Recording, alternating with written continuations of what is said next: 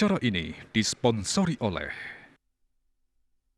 Pemirsa keuningin stok beras nasional kantos bulan April warse kali likur, wenten dase koma kalih yuta ton.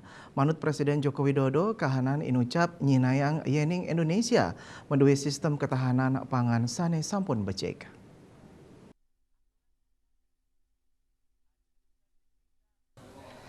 Parindikan inucap kawadar oleh Presiden RI tatkala nerima penghargaan saking International Rice Research Institute IRRI, santukan sampun Presiden ngawatuang Indonesia swasembada beras, saha becik nyani pemargi sistem ketahanan pangan saneka druenang. Stok beras ring lapangan kantos panguntat bulan April warsa kali likur, kauningin pinih ageng inggih punika dase koma kalih yuta ton.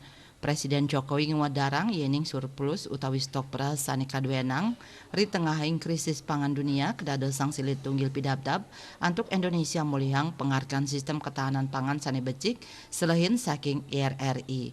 Selami tigang war seungkuran retailer teg-teg nenten mungkah importasi beras, santukan produksi nasional sampun sida nagingin pabuat pangan. Katureksain produksi beras nasional rata-rata tigang dasa siki, 3 yuta ton, ring tigang warse kali tali siongolas warse kali tali selikur. Punika mawinan Presiden taler ngaptiang panincapan produktivitas pangan sida memargi mangda Indonesia sidang ranjing pasar ekspor beras.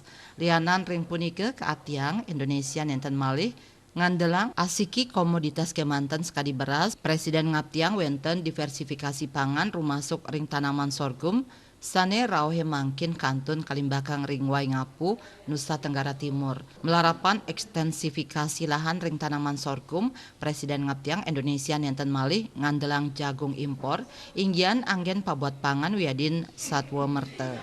Bali Pos nguningayang.